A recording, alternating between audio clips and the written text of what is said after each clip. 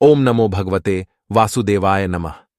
नमस्कार प्रिय भक्तगणों, आज की इस वीडियो में हम सुनेंगे कार्तिक मास के 13वें अध्याय का सार।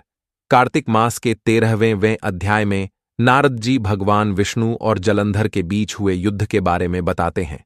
साथ ही बीच युद्ध में भगवान विष्णु जलंधर से प्रसन्न होकर वरदान भी दे देते हैं। भगवान विष्णु से वरदान पाकर जलंधर और अधिक शक्तिशाली हो गया। विष्णु जी तथा जलंधर में घोर युद्ध हुआ। बाण वर्षा से आकाश मंडल ढंक गया। तब विष्णु भगवान ने अपने बाणों से जलंधर की पताका, छत्र, धनुष तथा घोड़ों को काट दिया और जलंधर की छाती में एक बाण मारा। बाण से घायल जलंधर क्रुद्ध होकर गदा को हाथ में लेकर उछला और गरुड़ के मस्तक में प्रहार कर उसे पृथ्वी पर गिरा दिया। विष्णु भगवान ने मंदहास करते हुए अपनी तलवार से उसकी गदा काट दी। इस बीच में जलंधर ने विष्णु की छाती में एक दृढ़ घूंसा मारा। पश्चात महाबलशाली दोनों वीर अपने प्रहार से पृथ्वी को निनादित करते हुए बाहुयुद्ध, मुष्टि प्रहार और जंघों द्वारा मल्ल युद्ध करने लगे। इस प्रकार दोनों ने सुंदर मल्ल युद्ध किया। तब विष्णु भगवान ने कहा, हे दैत्यराज, तुम्हारे पराक्रम से मैं अतिशय प्रसन्न हूं। तुम अभीष्ट वर मांगो, जो देने के योग्य न भी होगा सो भी मैं तुम्हें दूंगा।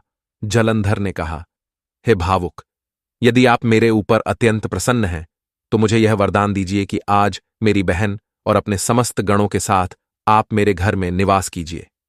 नारद जी ने कहा, विष्णु भगवान ऐसा ही होगा। कहकर समस्त देवताओं और लक्ष्मी के साथ जलंधर की पुरी में गए। जलंधर देवताओं के स्थान पर दानवों को बैठाकर फिर पृथ्वी पर लौट आया। देवता, गंधर्व तथा सिद्धों के पास जो श्रेष्ठ रत्न थे उन सबको अपने वश में करके सागर पुत्र जलंधर आनंदपूर्वक निवास करने लगा। पाताल लोक में महापराक्रमशाली निशुंभ को बैठाकर शेषनागादि को भी पृथ्वी तल पर ले आया। देव, गंधर्व, सिद्ध, सर्प और राक्षस तथा मनुष्यों को अपनी प्रजा तथा अपने नगर का नागरिक बनाकर त्रैलोक्य पर शासन करने लगा। जलंधर देवताओं को अपने अधीन कर धर्म से पुत्रों की तरह प्रजा का पालन करने लगा। जलंधर के शासनकाल में उसके राज्य का कोई भी प्राणी रोगी, दुखी, निर्बल तथा दीन नहीं दिखाई देता था। वह धर्मपूर्वक शासन करता था। नारद जी ने कहा, इस प्रकार जब वह नियम और धर्मपूर्वक पृथ्वी पर शासन कर रहा था, उसी समय मैं भी एक बार लक्ष्मी द्वारा सेवित विष्णु भगवान के दर्शन की अभिलाषा से वहां पर गया।